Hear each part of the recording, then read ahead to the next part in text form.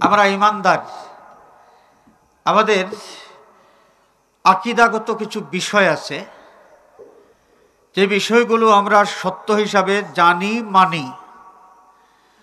এর মধ্যে একটা হলো যে আমাদের কবরের জিন্দেগিতে আমাদের পরীক্ষায় অবতীর্ণ হওয়া লাগবে। এবং কবরের পরীক্ষা এটা এত বেশি গুরুত্বপূর্ণ যে সাইয়্যিদুনা হযরতে ওসমান গনি রাদিয়াল্লাহু তাআলা আনহু তার বক্তব্য থেকে এই বিষয়টা আমরা অনুধাবন করতে পারি। তিনি কবর দেখার পর এত বেশি কান্নাকাটি করতেন যে তার চক্ষু থেকে পানি গড়ায়ে গাল মোবারক ভিজে, দাড়ি মোবারক ভিজে, দাড়ির থেকে টপ টপ টপ টপ করে চোখের পানি জমিনের মধ্যে পড়তো। সুবহানাল্লাহ, এত বেশি কান্নাকাটি করতেন কবর দেখার পর। তাকে প্রশ্ন করা হলো যে আমিরুল মুমিনিন, কবর দেখার পর আপনি এত বেশি কান্নাকাটি করেন, তার কারণ কি? ঐতিহ্যবাহী মোল্লাগ্রাম লতিফিয়া ইসলামী যুব সংঘ এর উদ্যোগে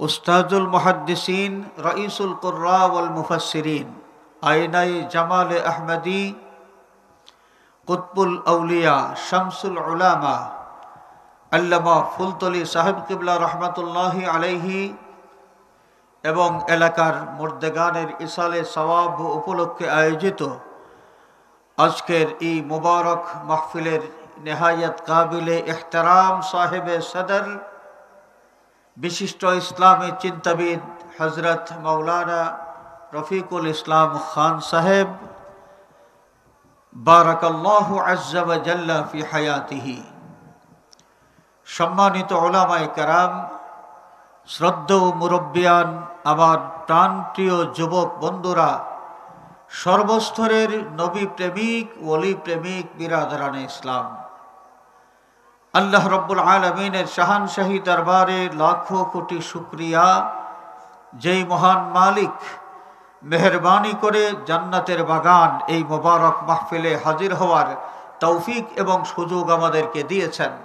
আমরা সকলে উচ্চ আওয়াজে বলি আলহামদুলিল্লাহ। আজকের এই মোবারক মাহফিলের দাওয়াতি মেহমান ওলামায়ে কেরাম ইতিমধ্যে অনেকেই মূল্যবান বয়ান পেশ করেছেন। মাহফিলের শেষ পর্যন্ত আরও আলোচনা শুনবো আমরা ইনশাআল্লাহ। যেটুকু আলোচনা হবে আমল করার তৌফিক আল্লাহ পাক সকলকে যেন দান করেন, সবাই বলি আমিন। আরো জোরে বলি আমিন। নবী করিম সাল্লাল্লাহু আলাইহি ওয়াসাল্লাম হাদিস শরীফের মাধ্যমে আমাদেরকে জানিয়ে দিয়েছেন, আমি পৃথিবী থেকে চলে যাওয়ার পরেও পৃথিবীর যেই প্রান্তে যেখানেই আমার কোনো উম্মত কোনো আমল করবে, উম্মতের সমস্ত আমল আমাকে দেখানো হবে, আমার সামনে উপস্থাপন করা হবে, আমি সব আমল দেখতে পারবো। আজকে এই মোল্লাগ্রাম লতিফিয়া ইসলামী যুব সংঘের উদ্যোগে আয়োজিত মোবারক মাহফিলে আমরা যারা বসেছি, রসুল পাক সাল্লাল্লাহু আলাইহি ওয়াসাল্লামের হাদিস শরীফ যদি সত্য হয়, তাহলে এই সত্যটাও আমাদের মানতে হবে যে আমরা যারা এই মাহফিলের শামিয়ানার নিচে বসেছি, রাওদায়ে আতহার থেকে জিন্দা নবী আমাদের এই মাহফিল দেখতে পাচ্ছেন, আমাদের সকলকে দেখতে পাচ্ছেন। আল্লাহ রাব্বুল আলামিন এই মাহফিলের ওসিলায় তার হাবিব সাল্লাল্লাহু আলাইহি ওয়াসাল্লামকে আমাদের উপর খুশি আর রাজি যেন করে দেন, সবাই বলি আমিন। আমি অন্তরের অন্তঃস্থল থেকে মোবারকবাদ জানাই মোল্লা গ্রামের আমার যুবক বন্ধুরা, যারা সমস্ত অপসংস্কৃতিকে দূরে ঠেলে দিয়ে এই জান্নাতের বাগান সাজানোর জন্যে কয়েকদিন যাবৎ নিরন্তর পরিশ্রম করেছেন। তাদের অক্লান্ত পরিশ্রমের বিনিময়ে এই সুন্দর সুন্দর মাহফিল আজকে সাজানো হয়েছে। আল্লাহ রাব্বুল আলামিন যুবক ভাইদের হায়াতের মধ্যে যেন বরকত দান করেন, সবাই বলি আমিন। সাইয়্যিদা শাবাবি আহলিল জান্নাহ, জান্নাতের যুবকদের সর্দার সৈয়দুরা হযরতে হাসান আর হোসেন রাদিয়াল্লাহু তাআলা আনহুমার সাথে এই মোল্লা গ্রামের যুবক ভাইদের হাসর যেন নসিব হয়, সবাই বলি আমিন। আরো জোরে বলি আমিন। এই যুবকদের ওসিলায় তাদের মা বাবা মুরব্বীদের মুখ আল্লাহ পাক দুনিয়া আখেরাতে যেন উজালা করে দেন, সবাই বলি আমিন। হাজিরিন, সংক্ষিপ্ত সময় হাতে নিয়ে আমি নালায়েক আপনাদের খেদমতে হাজির হয়েছি। যে আয়াতে কারিমা তেলাওয়াত করলাম, এই আয়াতে কারিমার আঙ্গিকে সামান্য কয়েকটি কথা আপনাদের খেদমতে আরজ করেই শেষ করব ইনশাআল্লাহ। ওয়া মা তৌফিকি ইল্লা বিল্লাহ, আলাইহি তাওয়াক্কালতু ওয়া ইলাইহি উনীব।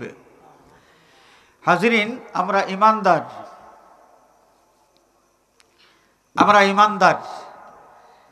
আমাদের আকীদাগত কিছু বিষয় আছে, যে বিষয়গুলো আমরা সত্য হিসাবে জানি, মানি। এর মধ্যে একটা হলো যে আমাদের কবরের জিন্দেগিতে আমাদের পরীক্ষায় অবতীর্ণ হওয়া লাগবে।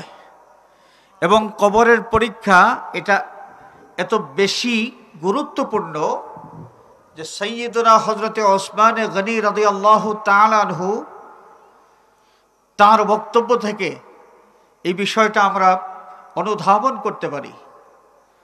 তিনি কবর দেখার পর এত বেশি কান্নাকাটি করতেন যে তার চক্ষু থেকে পানি গড়ায়ে গাল মোবারক ভিজে, দাড়ি মোবারক ভিজে, দাড়ির থেকে টপ টপ টপ টপ করে চোখের পানি জমিনের মধ্যে পড়তো। সুবহানাল্লাহ, এত বেশি কান্নাকাটি করতেন কবর দেখার পর। তাকে প্রশ্ন করা হলো যে আমিরুল মুমিনিন, কবর দেখার পর আপনি এত বেশি কান্নাকাটি করেন, তার কারণ কি? তিনি জবাব দিলেন, আমার ভাইয়েরা, আমার নিজের কানে শুনেছি দয়াল নবীজি সাল্লাল্লাহু আলাইহি ওয়াসাল্লাম ইরশাদ করেছেন, আল কবরু আউয়ালু মানজিলিম মিন মানাজিলিল আখিরাহ, কবর হচ্ছে আখিরাতের প্রথম মঞ্জিল। এই প্রথম মঞ্জিলে পরীক্ষায় যারা পাশ করতে পারবে তাদের আখিরাতের অনন্তকালীন জীবনটা হবে বড় সুখময়, আনন্দের জীবন হবে।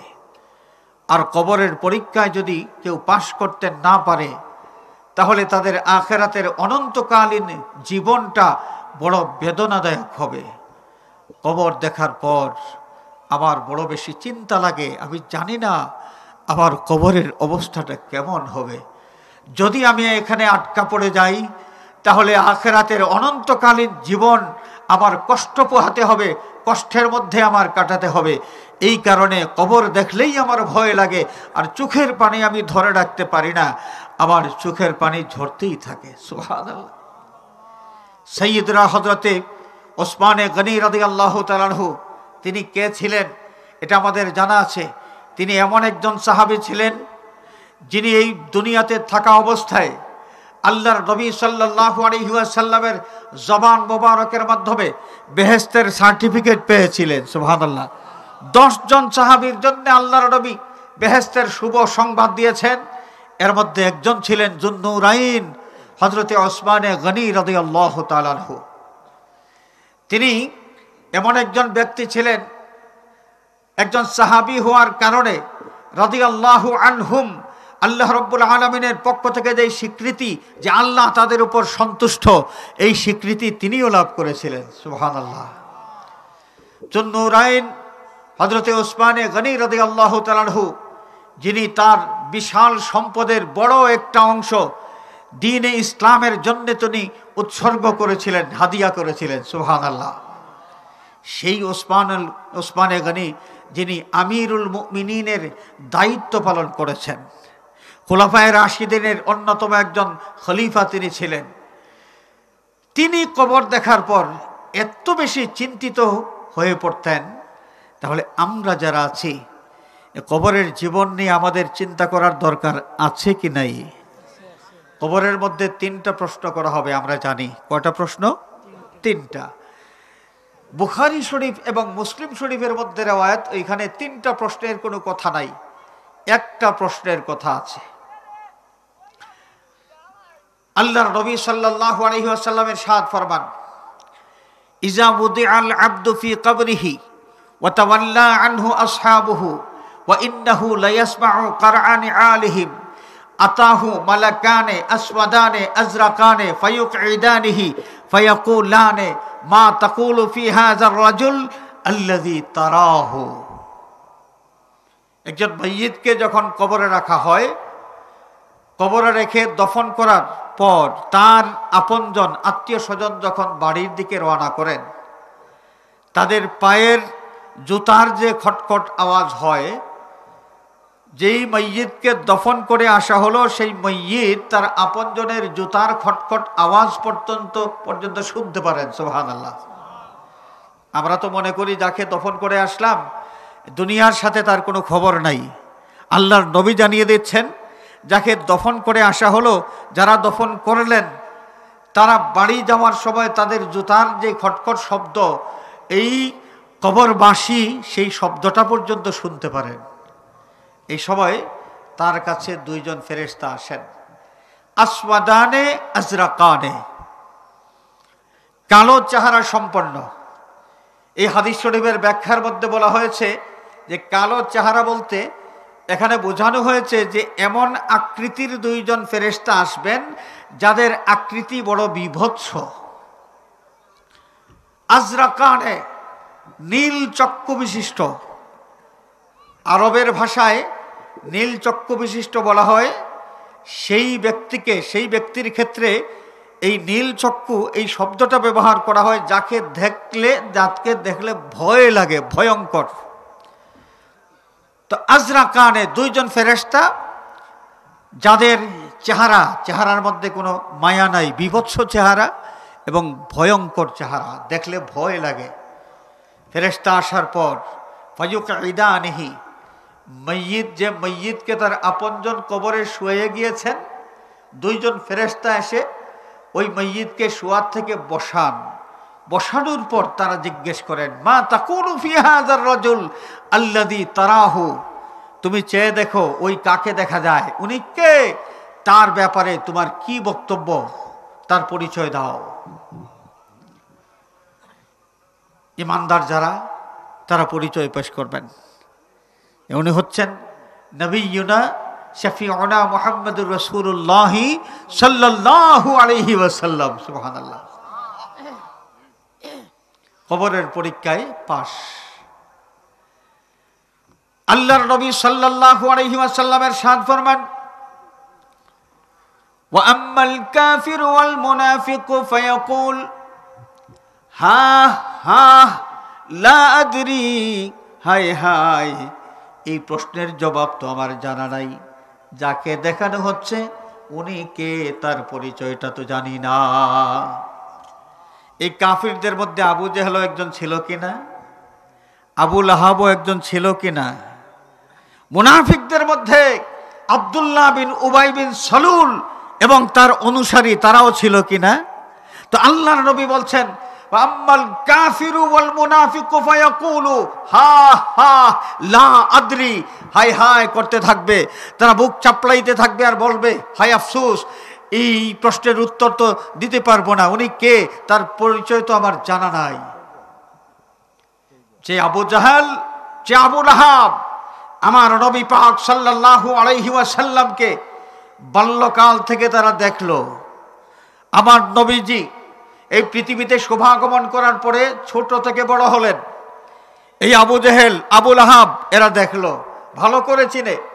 সেই আব্দুল্লাহ বিন উবাই বিন সালুল, সেই এই নবীর পিছনে ইক্তেদা করে কত নামাজ আদায় করেছে, এই নবীর সাথী হয়ে, এই নবীর কাফেলায় শামিল হয়ে কত জিহাদের ময়দানে গিয়া জিহাদ করেছে। সেই মুনাফিক কবরে নবী দেখার পর পরিচয় করতে পারবে না, চিনতে পারবে না, নবীর পরিচয় দিতে পারবে না। সেই আবু জাহাল, আবু লাহাব, এই কাফিরের গোষ্ঠী আমার নবীকে কবরে যাওয়ার পর দেখলে পরিচয় করতে পারবে না। তার কারণ কি? তার কি কারণ? তারাহুম ইয়ানজুরুনা ইলাইকা ওয়া হুম লা ইউবসিরুন। আল্লাহ রাব্বুল আলামিন ইরশাদ ফরমান, বন্ধু আপনি দেখবেন চক্ষু ভরে তারা আপনার দিকে তাকাইতেছে, যাদের দৃষ্টি আপনার দিকে চোখ দিয়ে তাকাইতেছে। ওয়া হুম লা ইউবসিরুন, আপনাকে দেখার পর তারা কি দেখেছে? মক্কার কুরাইশ বংশের আব্দুল্লাহর বেটা মোহাম্মদ রক্তে মাংসে দোষে গুণে সাধারণ মানুষের মতোই একজন মানুষ, এই দেখেছে। বন্ধু আপনাকে আমি কি গুণ দিয়ে কি বৈশিষ্ট্য দিয়ে পৃথিবীতে পাঠিয়েছি সেটা তারা বুঝতো যদি তারা অন্তরের দৃষ্টিতে আপনার দিকে তাকাইতো। অন্তরের দৃষ্টি দিয়ে আপনার দিকে তাকায় নাই।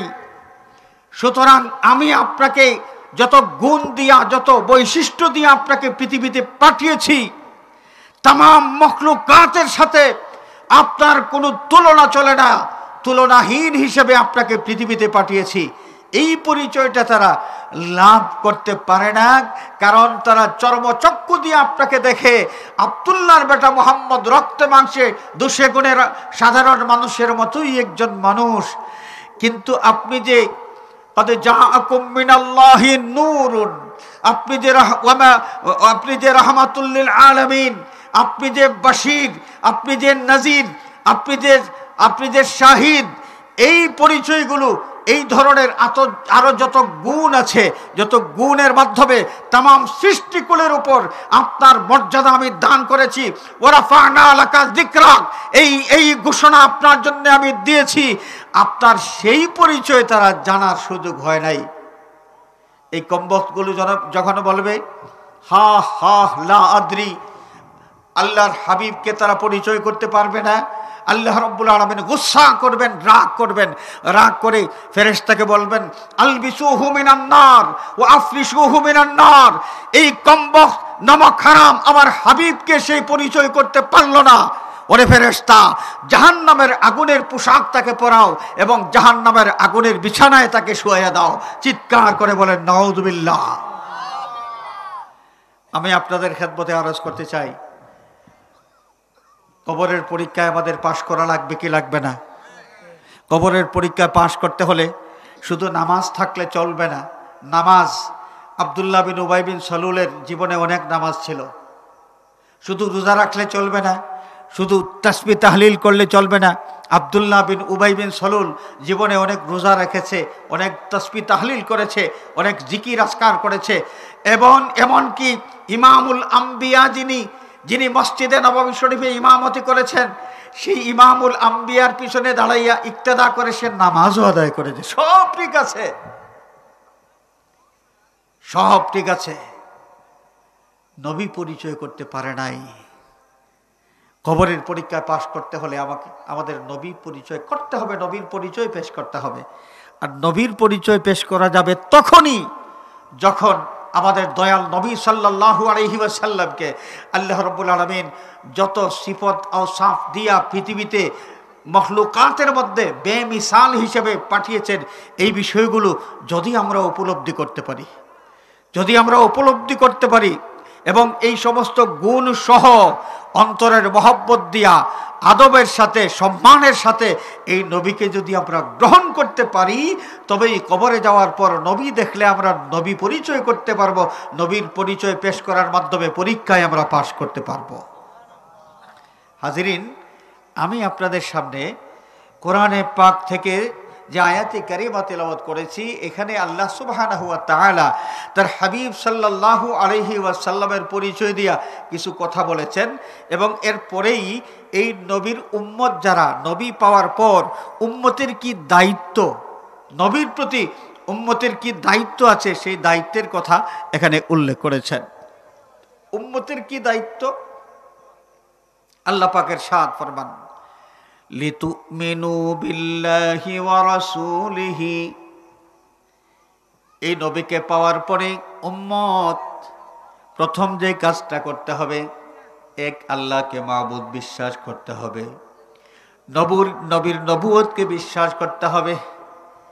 তাওহীদ এবং রিসালাতের বিশ্বাস তার অন্তরের মধ্যে থাকতে হবে। 1।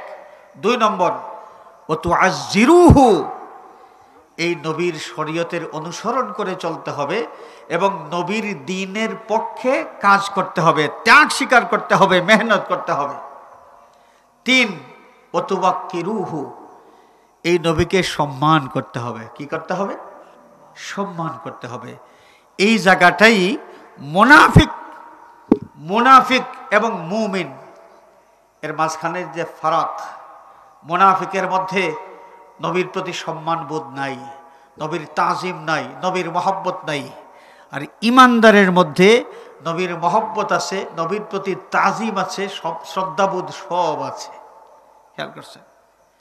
হাজিরিনে কেরাম, আল্লাহর নবী সাল্লাল্লাহু আলাইহি ওয়াসাল্লামকে আল্লাহ রাব্বুল আলামিন তামাম মখলুকাতের মধ্যে বেমিসাল হিসেবে পৃথিবীতে পাঠিয়েছেন। দুনিয়ার কারো সাথে নবীর তুলনা হয় না। আমাদের নবীজি সাল্লাল্লাহু আলাইহি ওয়াসাল্লাম একজন মুরব্বী ছিলেন, মুসলিম মিল্লাতের মুরব্বী ছিলেন। এই পৃথিবীতে আরও যত জাতি আছে, গোষ্ঠী আছে, তাদেরও কিন্তু মুরব্বী ছিলেন। দুনিয়ার সব মুরব্বী আর আমাদের নবীজি সাল্লাল্লাহু আলাইহি ওয়াসাল্লামের মুরব্বী হওয়া পজিশন এক সমান নয়। এই বিশ্বাসটা ছিল সাহাবায়ে কেরামের। কার ছিল? সাহাবায়ে কেরামের এই বিশ্বাস ছিল যে দুনিয়ার অন্য মুরব্বী, কুরাইশ বংশের মুশরিকদের মুরব্বী, সেও একজন মুরব্বী। আর মুসলিম মিল্লাতের মুরব্বী হচ্ছেন আমাদের দয়াল নবীজি সাল্লাল্লাহু আলাইহি ওয়াসাল্লাম। কিন্তু দুই মুরব্বীর পজিশন এক সমান নয়।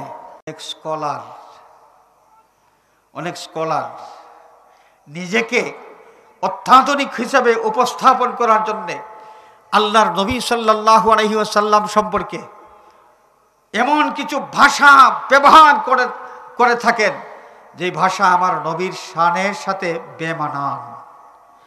এই যে কিছুদিন আগে 6 প্যাকের গল্প শুনেছিলাম আমরা, 6 প্যাকের গল্প শুনেছিলাম না? নবীকে 6 প্যাক বলা হয়েছিল।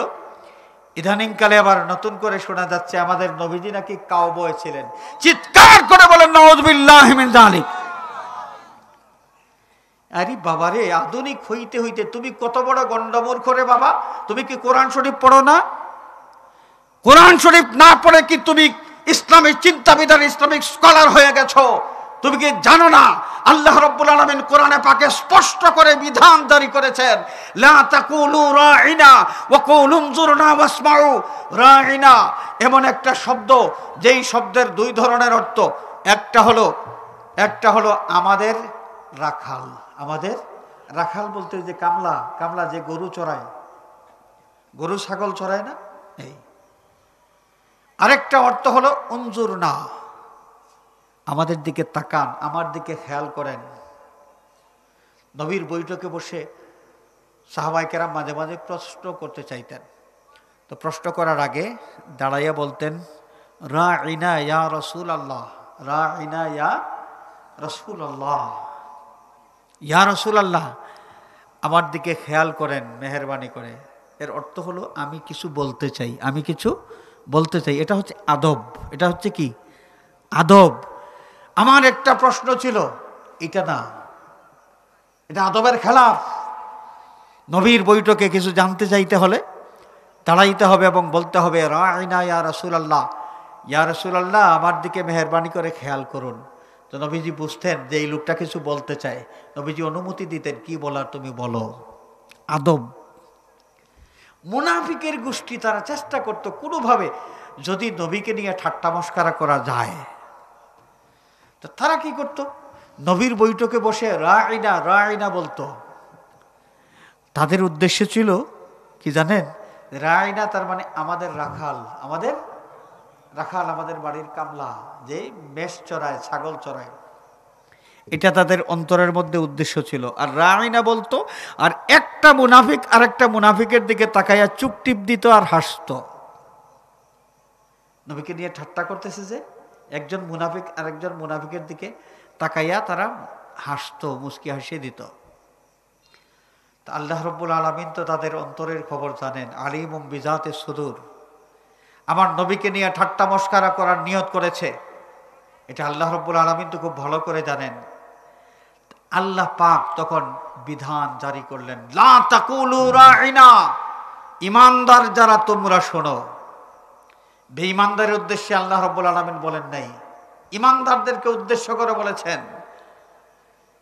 কারণ বেঈমান, তার তো ঈমান নাই। রাসূলুল্লাহ সাল্লাল্লাহু আলাইহি ওয়াসাল্লামকে তারা তো সম্মান করবে না, নবীর আদবের দিকে তারা খেয়াল দিবে না, এই জন্যই তো তারা বেঈমান। বেঈমানদের জন্য আল্লাহ পাক এই হুকুম দেন নাই, দিয়েছেন ইমানদারদের জন্য। কি দিয়েছেন? লা তাকুলু রাইনা ওয়া কুলু যুরনা ওয়াসমাউ। ওরে ইমানদারেরা, আমার বন্ধুর মজলিসে বসে, মাহফিলে বসে যখন তোমাদের কিছু জানতে চাওয়ার প্রয়োজন হতো, এতদিন পর্যন্ত নিয়ম ছিল তোমরা রাইনা বলতে, রাইনা শব্দটা ব্যবহার করতে।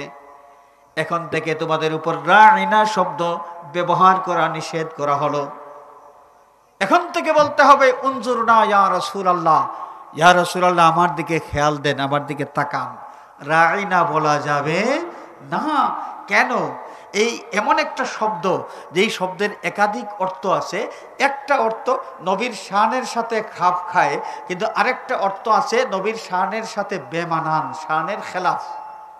এমন কোন শব্দ নবীর শানে ব্যবহার করা আল্লাহ রাব্বুল আলামিন ইমানদারদের জন্য হারাম করে দিয়েছেন।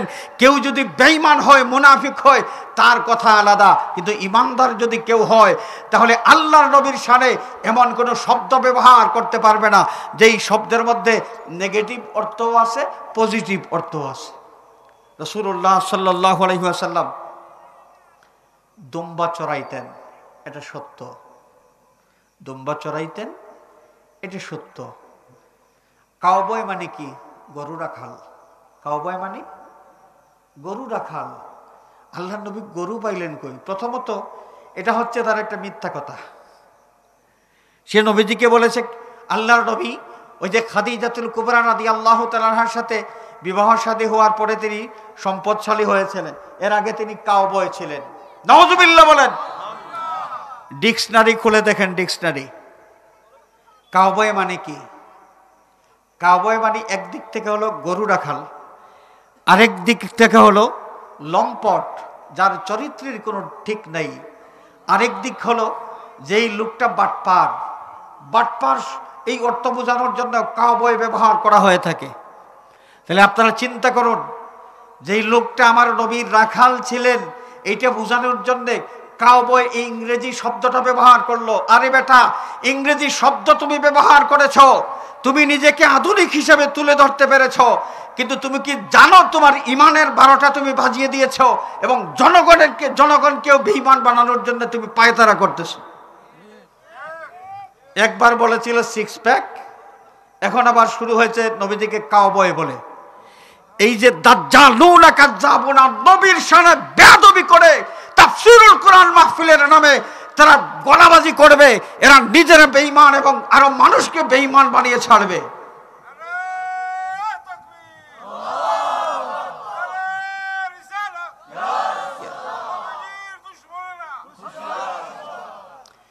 অনেক মানুষের কষ্ট লাগতে পারে, আমি কিন্তু কারো নাম ধরি নাই। কোন বক্তা যদি তার বক্তব্যের মধ্যে আমার নবীজিকে কাউবয় বলে থাকেন, আমি তাকে উদ্দেশ্য করে বলছি, সে যেই হোক, সে যেই হোক, দুনিয়ার মানুষ তাকে দেবতা মনে করতে পারে, আমি তাকে ইমানদার মনে করি না।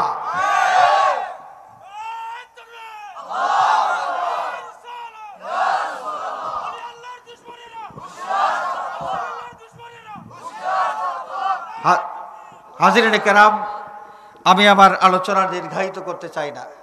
আমরা ইমানদার, আমরা বিশ্বাস করি আমাদের এই দুনিয়ার থেকে বিদায় নেওয়ার পরে কবরের একটা জীবন আছে, এবং সেই জীবনে আমরা পরীক্ষায় অবতীর্ণ হব। সেই পরীক্ষায় আমাদের পাশ করতে হবে। সেই পরীক্ষায় কি করতে হবে?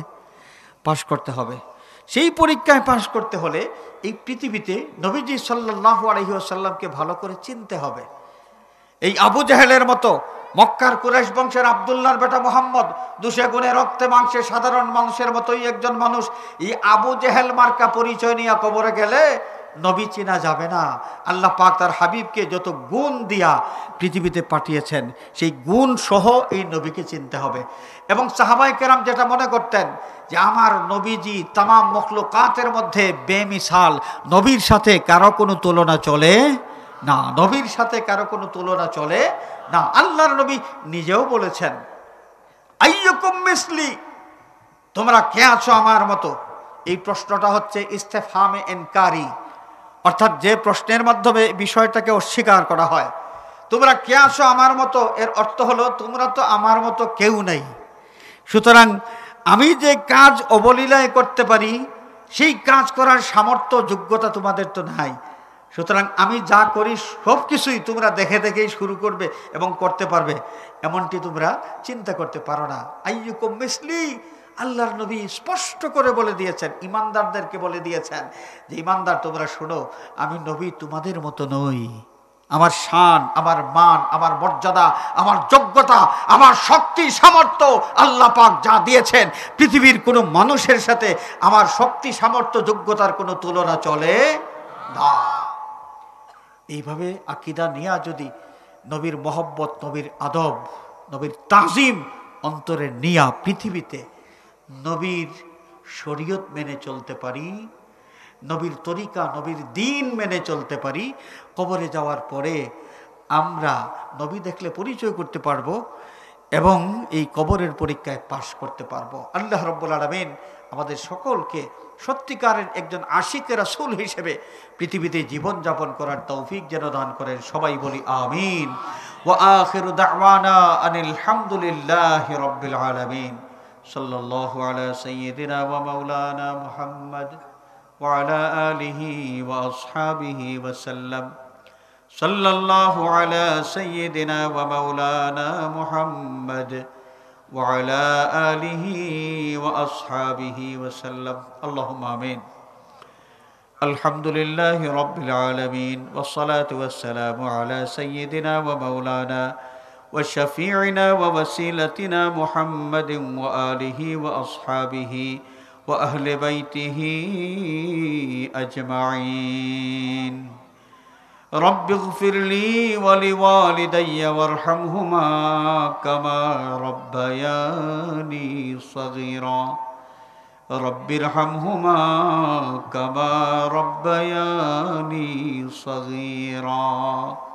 আল্লাহ, এই মোল্লা গ্রামের যুবক বন্ধুদের উদ্যোগে আয়োজিত আজকের এই মুবারক মাহফিল আউয়াল থেকে আখির পর্যন্ত কবুল ফরমাও। আয় আল্লাহ, এই মাহফিলের সওয়াবের হাদিয়া সোনার মদিনায় দয়াল নবী পাকের খেদমতে পৌঁছায়া দাও। তামাম পৃথিবীর মুমিন মুমিনাত কবরবাসীর আরওয়াহে পাকে পৌঁছায়া দাও। বাবা শাহজালাল শাহপরান 360 আউলিয়া, মুর্শিদুল মুর্শিদিন সৈয়দুনা সনাদুনা আল্লামা ফুলতলি সাহেব কিবলা রহমাতুল্লাহি আলাইহি সহ পৃথিবীর যেখানেই তোমার যত ওলি আরাম করেছেন তামাম আউলিয়ায়ে কেরামের আরওয়াহে পাকে পৌঁছায়া দাও। আয় আল্লাহ, বৃহত্তর মোল্লা গ্রামের তামাম মুর্দাগানের আরওয়াহে পাকে সওয়াবের হাদিয়া পৌঁছায়া দাও। আল্লাহ, এই মোবারক মাহফিলের ওসিলায় আমাদের তামাম জিন্দেগির গুনাহ খাতা মাফ ফরমাও। বাকি জিন্দগি তোমার গোলামির হক আদায় করার তৌফিক দাও। আমাদের জিন্দা মুর্দা মা বাবার প্রতি রহম ফরমাও। আল্লাহ, তোমার হাবিবের জিন্দা মুর্দা তামাম উম্মতকে মাফ ফরমাও। আয় আল্লাহ, বিশেষ করে এই এলাকার তামাম মুর্দাগানের কবরগুলোকে বেহেশতের বাগান বানিয়ে দাও। তামাম কবরিস্তানের উপর রহমতের ঝড়ি ঝারি করে দাও। আল্লাহ, আমাদের মধ্যে অসুস্থ যারা, তোমার কুদরতি দওয়াখানা থেকে শিফায়ে কামিলা আজিলা ইনায়াত ফরমাও। মালিক মাওলা, তুমি তো মুর্দাকে জিন্দা করতে পারো। দুনিয়ার সব ডাক্তারের দুয়ার থেকে নিরাশ হলেও তোমার বান্দা বান্দি তোমার রহমতের দুয়ার থেকে নিরাশ হয় না। আল্লাহ, আমাদের বেকস বিমারীদের প্রতি দয়ার নজর ফরমাও। তোমার কুদরতি দওয়াখানা থেকে শিফায়ে কামিলা আজিলা ইনায়াত ফরমাও। আয় আল্লাহ, তুমি তো অন্তর্যামী, কার অন্তরে কোন ফরিয়াদ সব তোমার জানা আছে। আল্লাহ, তোমার হাবিবের ওসিলায় মেহেরবানি করে আমাদের সকলের ফরিয়াদগুলো কবুল ফরমাও। আল্লাহ, আগামী 15ই জানুয়ারি ফুলতলি সাহেব বাড়িতে বিশাল ইসালে সওয়াব মাহফিল, এত বিশাল আয়োজন, সুন্দরভাবে ইন্তেজামের জন্য যা কিছুর প্রয়োজন হয় তোমার কুদরতি ভান্ডার থেকে পুরা করে দিও। আমাদেরকেও তৌফিক দিও, সুযোগ দিও, এই মোবারক মাহফিলে আমরা যেন শরীক হইতে পারি। ও ফাওয়িদু আমরি ইলাল্লাহ, ইন্নাল্লাহা বাসীরুম বিল ইবাদ। بفضل سبحان ربك رب العزة عما يصفون وسلام على المرسلين والحمد لله رب العالمين آمين آمين آمين. السلام عليكم. الحمد لله.